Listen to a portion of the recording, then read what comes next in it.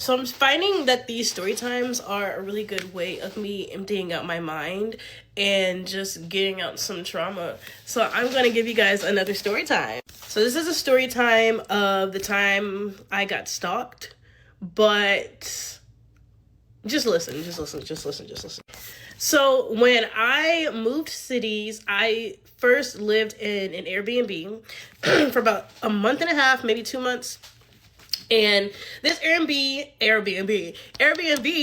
was in a very, very nice area. Like, rich people too stupid to know how to spend their money nice. And I wanted to live in that area because I was like, if I'm going to be living here for not that long, I'm going to live somewhere I probably won't be able to afford to live if I actually had to buy a house in this area. So I lived in an Airbnb that had, I believe, 6 bedrooms and 4 bathrooms, I think. I don't know. It was just a really big house. And I first stayed in the downstairs bedroom because you rent the room. I didn't have the whole entire place to myself. It was a place where you can rent just one room and other guests were there. So I was one of however many guests were there at the time. But I decided to get the cheaper room, which was downstairs, which was still really nice. It was just such a beautiful Airbnb. It was really beautiful. I noticed that there was only 2 other guests there, and there was 2 men. One man I had never encountered at all, but another man, it felt like he kept trying to get my attention, but I was really heavy on, like, I don't want to interact with anybody at this house because I'm not here to be friends with anybody. I'm here to live. So one day I was in my, I was in the kitchen cooking, and I usually cooked when I didn't hear anyone else like in the kitchen because like I gauge people's schedules. So, but this particular time, one of the guests, he came in and he decided to just introduce himself, and he was like, "Hi, my name is Doug, and I'm living here, and I'm here because of this and that, and and whatever." And I'm like, "Oh, it's really cool." And then he starts telling me, he's like, "I got a Costco membership. If you ever need something, just let me know." And he started cooking with avocados, and the avocados I had were like rock hard. So he was like, "Look, I've had these avocados for a little bit. Here, you can have my avocados." I thought this man was like so kind, and I was like, "Thank you so much, sir." Little did I know that was. Can't trust every face, bitch. You gotta watch them. You feel me? Like Chief Keef said, you know what I'm saying? You gotta watch the people that's being too nice. That was the beginning. That was just the beginning. And I remember going back to my room thinking he was so kind, but also he gave me vibes where I didn't want him to hear me talking. Like, because I was vlogging at this point in time, but I never posted the vlog. But I was vlogging, and I was like, he was so kind, but the way I was talking about him was like I didn't want him to hear me, and I was like, I don't know why. Like, I feel like he's listening to me. Like, oh. So anyway, fast forward a couple weeks. Once that one moment of him introducing himself to me opened up a whole entire door. It no longer was, "Hey Ashley," it was, "Hey Ashley." Like, every time I was just in a public space in that house, and every single time I went to go cook, I cooked when other people weren't in there, but he would catch me. He started to study me, and he would catch me. So there's this one time I was cooking, and I was on the phone with my boyfriend. I had my laptop set up where he could see me, and I was cooking, blah, blah, blah. And I told my boyfriend about this guy and everything. I was like, he seemed pretty cool, blah, blah, blah, blah. But we're having a regular person conversation. Like, it's not loud, we're not anything. Front door opens, guess who walks in? It's Doug. And I'm just like, you've never come home this late. You're usually already at the house. So what's going on? Are you trying to catch me?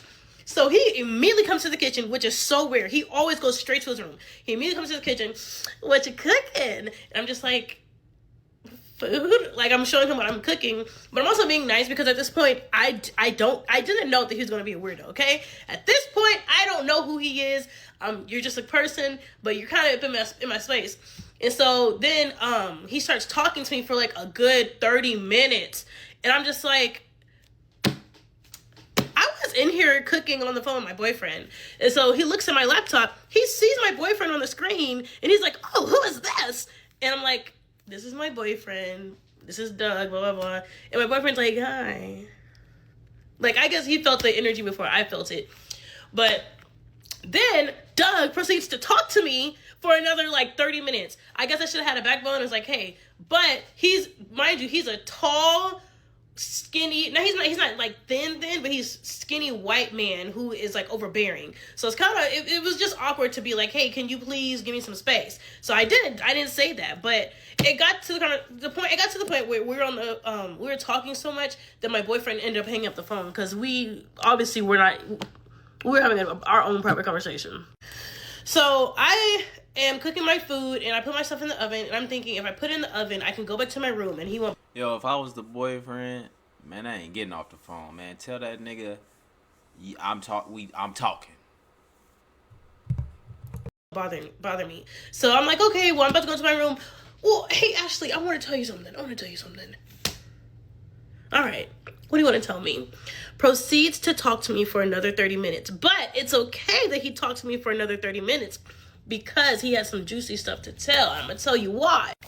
This man said that the reason why he was living in the Airbnb, he was living there. The reason why he was there is because he had got kicked out of his house because him and his wife were going through a divorce and he had a restraining order against him and he was not allowed to be within a certain amount of feet into the house. And he lived basically just a mile away from the house, like from the Airbnb. He wasn't too far from the Airbnb, but he wasn't allowed anywhere near the house. Then he starts going on a rant. He's like, just know whenever you get married, don't you ever use sex against your husband and make him feel like he can't have you because you're mad at him. And I'm just like, what is really going on here? And he's just like going at it. And so as he's talking, I'm just looking him up and down. And I see this man got an ankle monitor. This man got an ankle monitor on his leg. And I'm like, oh, so you must have did something you did something serious. Like, you did something serious. You have an ankle monitor on, sir, and you say you have a restraining order against you? You did something serious. So we ended up talking, and my food is ready because we're talking for so long, and he's like, oh, what was this? He's asking me about what I'm making, because I was making a new recipe. I'd never made this recipe before. So I was like, you know what? Because this is a new recipe, I probably won't eat it again. So I offered him a plate. Should have never did that. So this man goes to the owners, because, all of us who were in this house, we knew the owners of the house. Like, it wasn't like we were trying to avoid them. They were very nice people. He tells the owners of the house, Ashley is so kind. She made me dinner last night and this and that. So when the next interaction that I have with the owners, which probably was like the next day or the next 2 days, she's like, Ashley, Doug told me you did this and you're so kind and you're in this and that. So that made her think that me and Doug were friends. No. Then it gets to a point where now this is happening a lot, where I can't go to the kitchen without having to be quiet because Doug is going to be down there asking me questions. Like, he'll hear me walk out of my room and then come down. Or if I sneak out of my room, he'll hear me be in the kitchen, just doing something, and he'll come down. And so, like I said, there's one other guest. I had never met him. And it got to the point where that guest left, and then it only ended up being me and Doug in the house. Okay, so when it finally got to 2 people being in the house, which is just me and Doug, I was in the kitchen. He's like, well, it's just me and you. And oh, he gonna think they real best friends now, boy. And, the owners told me that there's going to be another person by this date, but that's not another month from now. And you said you're leaving in this amount of time, and I'm going to be here for about more time. So if you ever need to go to Costco, he's kept pushing Costco. If you ever need to go to Costco, I don't care, sir. I'm not getting in your car. Mind you, this man drove a really nice car. He drove a new black Tesla. It was a really nice car. I knew he had money because the area that we were in was a very expensive area, and he said he had a house about a mile away. Then he was driving a Tesla, and then he told me what he did for work. He said that he worked in media, and he was one of those guys, like, when you listen to what do you call it, sports, just any basketball, sports, whatever. He's the moderator, the guy who's like, all right, and we see so is going down the hallway, and this, no, and he's gonna dribble, blah, blah, blah, blah. Like, he's that guy. So I was like, you're kind of cool, because it sounds like you got connections. He's always bragging about the things, places he's been, money he has, etc., etc. But I still wasn't putting 2 and 2 together. So, what had happened? Okay, so a lot happened between these two moments, but just know that from the last moment I just told you into this new moment I'm about to tell you about, it was always weird energy. I avoided him as much as I could, and he just was always in my space. Oh, also there was this one time. So one of the strict rules that this house has is absolutely no guest. Because this house already has so many different guests coming in, you absolutely cannot have any guests. This man, he had a job. It was a media job where they had hired him to do something with the camera. He had everything. Like, when I tell you this man, I believed him with everything he was telling me. He was just weird. And he had the cameras. He had the expensive equipment. He said, I couldn't take the job, so I'm going to give it to one of my younger colleagues. And the guy comes in the house. Like, first of all, Doug raises the garage because the cameras were at the front door. So he didn't have the guy come through the front door. He raised the garage and had the guy come through the garage while I was getting ready for school. Like, I'm just like, this is weird. Like, I'm trying to get ready to leave for the day, and you're sitting here letting strangers in the house. Like, it made me feel uncomfortable. And so the guy walks in. He's like, hey, Ashley, this is my buddy so-and-so. And the guy looks so like, okay. Like, he didn't look uninterested to meet me. He looked like, Doug, this is weird. Like, that's how he looked. And I was just like, what is weird to you that you walked into this house? Now I need to figure it out why you feel weird. So, but Doug told him to say something. He was like, tell her something about the entertainment industry. And the guy was like, it's cool. Like, oh, it was so cringy. The whole interaction was weird. I was like, okay, well, bye. I leave. I get like 5 feet from the front door. Doug runs behind me. He's like, wait. Your backpack's open. Sir, you're not my father. I don't need you to... I was like, okay, thank you. It just made me feel uncomfortable because you're too close to me. Like, you don't need to be in my space like that. And so this is the actual weirdest part. So Doug would tell me that he skated. He skated for a hobby, like rollerblading. And he would go throughout the neighborhood and he would rollerblade and this and that and this and that. And he would meet people and this and that. One night, I get a message from the owners, and they're like, hey, Ashley, we just want to let you know that Doug was involved in a rollerblading accident where he dislocated his shoulder, and he's going to be in the hospital tonight, and he asked that I give you his phone number so you could visit him or whatever.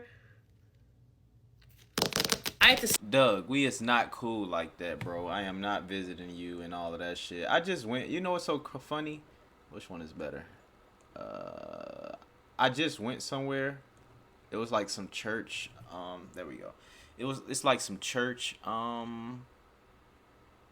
lounge, and what's so funny is I went there and it was a white dude. He was talking and he was saying, you know, his journey. Basically, he was saying his journey and stuff like that. I definitely, you know what I'm saying, have my good relationship with God. I pray every day, even if it's something quick in my head. But my boy sound like he done been through a lot in his life or whatever the case is. And, you know, I went with my friend and she's really, really, like, she turned her life around, is like really, really into God. You know, no cussing, no rap music, no clubs, no sex, no nothing. Like, she literally turned her life around. So I be going and hanging out with her. And the white dude was, you know, telling everybody his story and everything, and he gave me his phone, and like, to put my number in, and I'm just like, I put my number in there, but like, bro, I'm not answering the phone for you, gang. Like, I'm not answering the phone for you. I'm not really looking to, you know what I'm saying, make no friends or whatever the case is, especially. You know, you got to get your life together. You know what I'm saying? I don't need nobody in my life who need to get their life together. You see what I'm saying? Like, so, but, yeah, I just thought that was, you know, but people are like that, you know. What she said his name was? Doug probably thinking, like, you know, me and her cool. But, like, nah, my nigga, I just met you today, and that's it. Like, nah, my nigga, we live together. That's it. You feel me? Sit and wait, because I was like, ma'am, I don't know what you think is going on here. I don't know what he's telling you, that you think that we're that close. I don't know him. I didn't come living here with him. So I text her back. I said, I want to let you know I do not have personal relationships with anybody in this house. Because at this point, there was other guests coming in. I said, I do not have personal relationships with anybody in this house. And something else, I was just letting her know. So she was like, oh, okay. And kind of just left it at that. But the same night, so I got excited. I was like, this man's in the hospital. I got a free night. I can go cook in peace. I thought so. So at this point, by this point, I didn't mention this. By this point, I had moved from the room that was downstairs to the room upstairs, which was a little bit more expensive, but it was private because I had my own bathroom. So I didn't have to keep going in and out of my room because I need my space.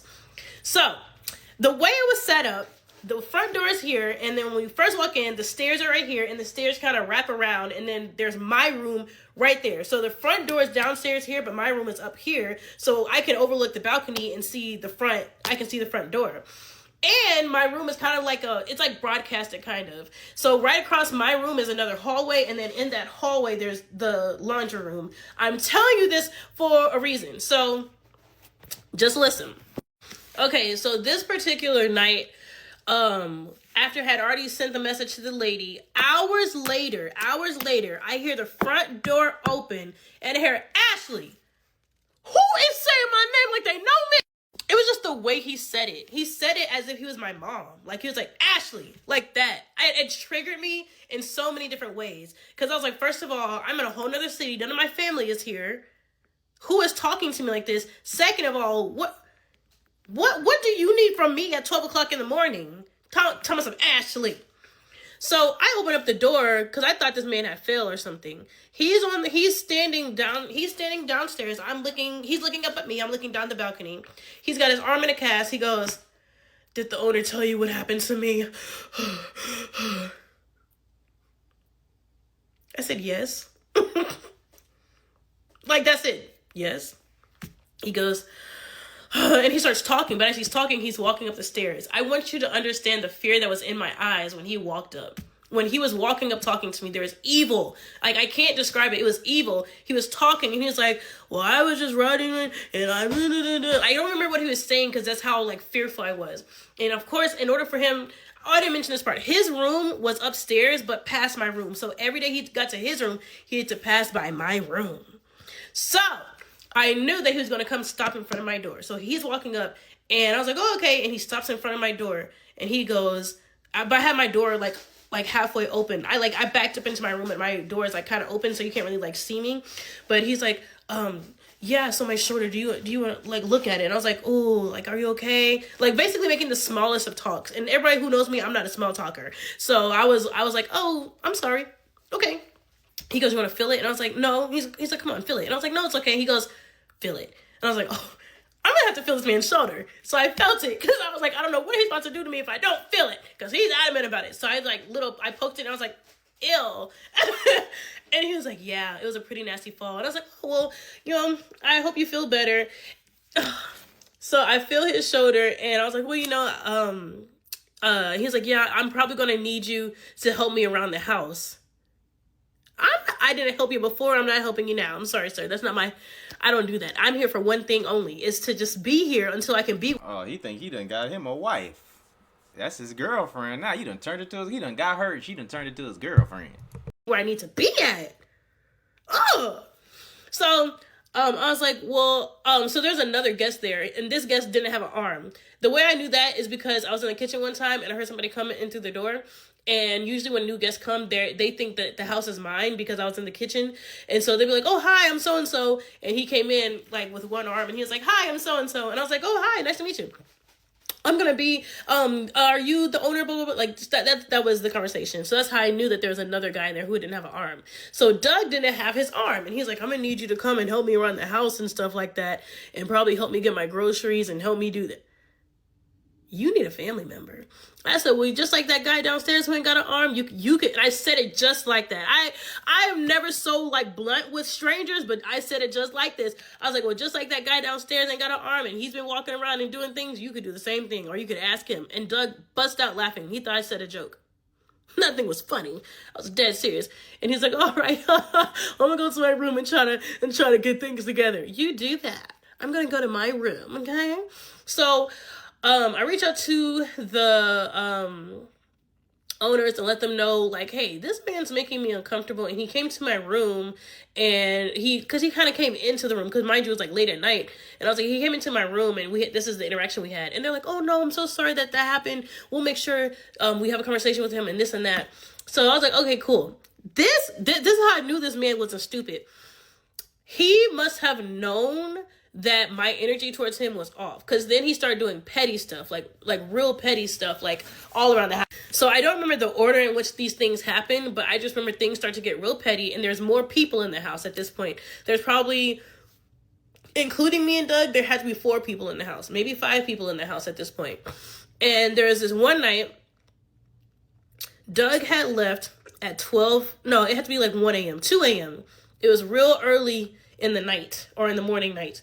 And I heard him walk out to the front, but he didn't leave long enough where he could get in the car and leave. And that was not normal. I studied his schedule at this point.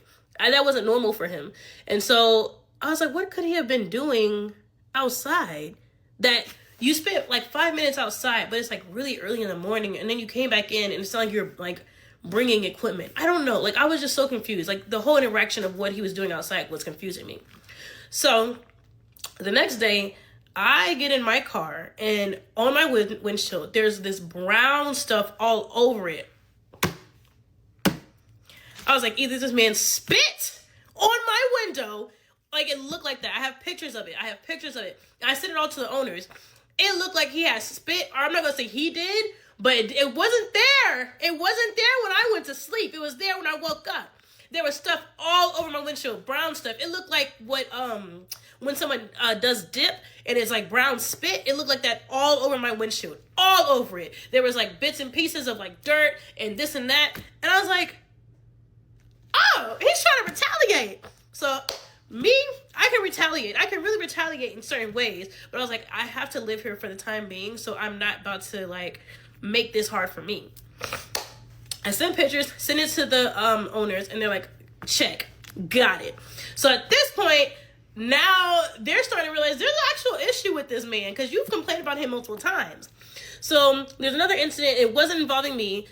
So before I keep going on with this story, I'd like to add that after I complained, one of the owners came to the house the next day, and she met me outside after work before I walked inside.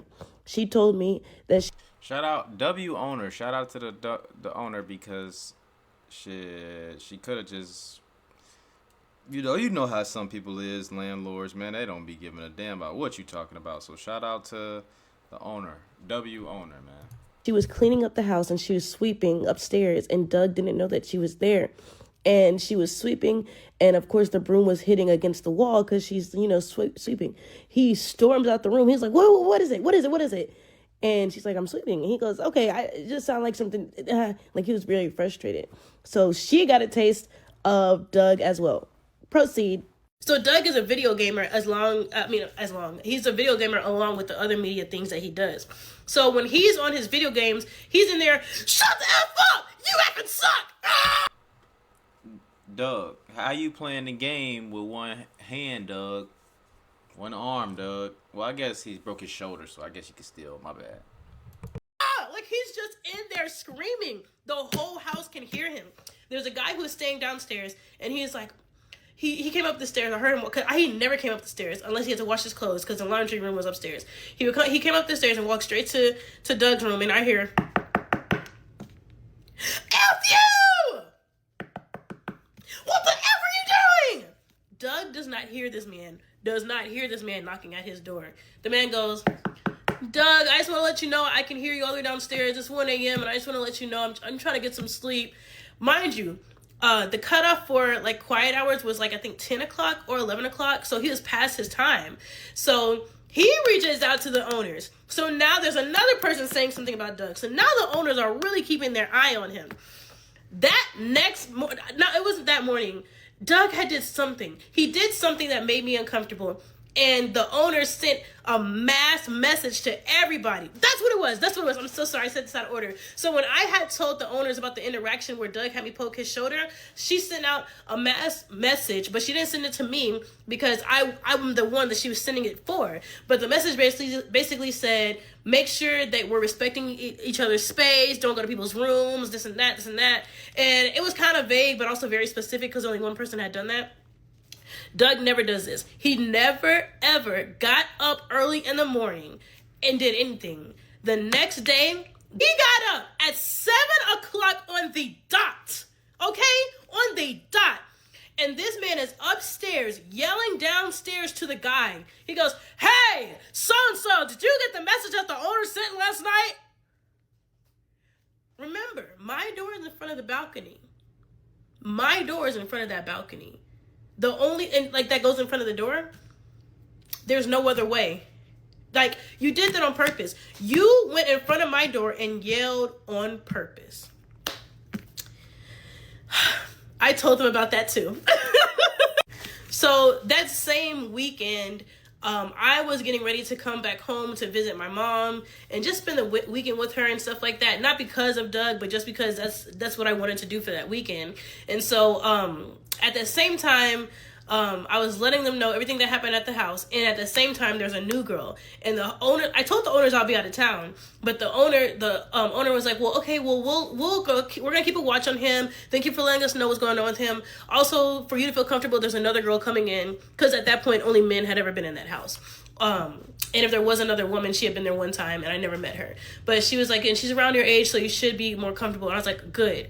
So while I was gone, the first day that I was gone, the first night that I was gone, I get a message from the owners and they're like, hey, I just want to let you know that Doug is no longer allowed at this house and blah, blah, blah. But I was so confused. Like, I was just like, is he moving out? Or like, I didn't understand what was happening.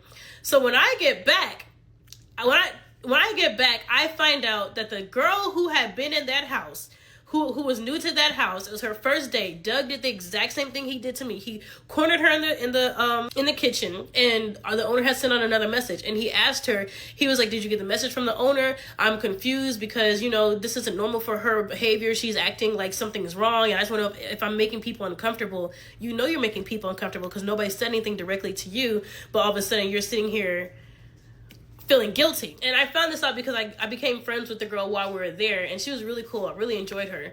But she told me that she was sitting in the driveway and all of a sudden she hears at her window, and she's like, I don't know anybody at this house, so I'm just like, why would somebody be knocking at my window?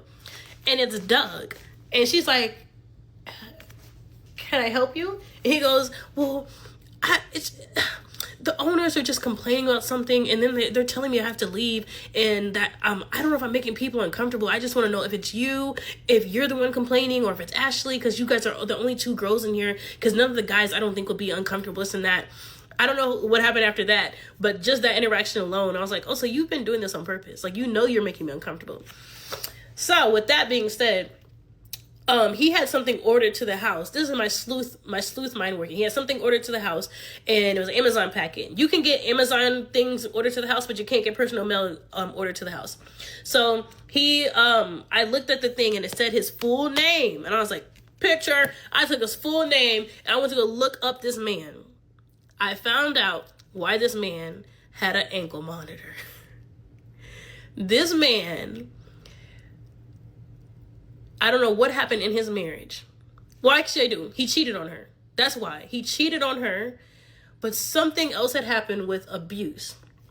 They had an Airbnb together, and the mom and the son were living there, but the son did not like him because he's like, how could you cheat on mom? Like, that was the type of energy that he had.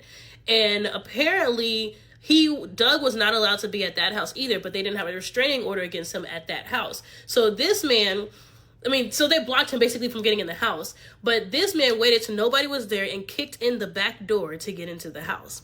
So they put a restraining order on him, and he had a ankle monitor on him because he is a certified stalker.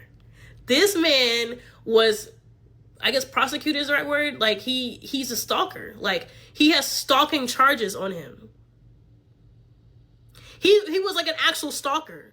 Like, I wouldn't be surprised. This man was an actual stalker. He was acting like a stalker while we're in the house. So I don't know what other charges he had, but I found his name. I looked up his charges. I looked up his house. I found his mom, his brother, his sister, his dad. I found everything. And everything he said was true. Everything, but he never said that he was a stalker. He just said his wife made more money than him, and that she was mad, and that she was using sex against him, and because she was mad, and because of that he cheated. You didn't say the whole story, boo-boo. So anyway, another complaint that the girl had made was that when he's playing video games, he's very aggressive. So, and her room was right across from his, because remember, there's multiple rooms. My room was in the main hallway upstairs. You go down, there's like 4 more rooms down there. His room is on this side, her room is on this side, so she can hear everything that he's saying. And she tells the owners, I think this man is aggressive. She hears him on a phone call with his lawyer. Doesn't know that it's his lawyer, because she has no idea what's going on with this man. But he's basically talking about the stalker charges. When he talks, he's aggressive. He cusses like every other word, and he yells. He's like, I can't believe this effing stuff. You're effing stupid. Blah, blah, blah. Like, that's the kind of conversation that he's having. So she complains, like, this man sounds aggressive. He's on playing video games aggressive. He's on the phone with somebody aggressive. And I sometimes get scared to be at the house by myself with him. And I remember all of my family members, they're like, well, Ashley, you need to get out that house. You need to get out that house. I said, I'm paying too much money to get out this house. And not get a refund? He can leave. And that's what he did. He got kicked out. By the time when I left to come visit my mom, by the time I got back, he was gone. But that wasn't the end of it. There was more men in that house, and it got more weird. That's why I left that house. So the owner of the house, her picture is on the thing, and she's a very attractive woman. So me and the other girl came to the conclusion that men are staying at this Airbnb because they see an attractive woman, and they think that she's going to be at the house when they get there. And we're just like, yeah, she's not there. She was never living there. It's a walk in, walk out, check in, check out type of place. And it's only men that go there. There's only probably one other woman there, but she was really weird. Anyway, that's how I got entangled with the stalker. And I really pray he's not stalking me to this day, because if he is, I rebuke him in Jesus' name, and we're going to get him with the Bible. All right. I'm not really that friendly like that. You know what I'm saying? I don't think she was trying to be friendly either. But you do have people who will, throw themselves on you and try to be friends and this, that, and the third. But she couldn't really get around this because he lived with her. But, yeah,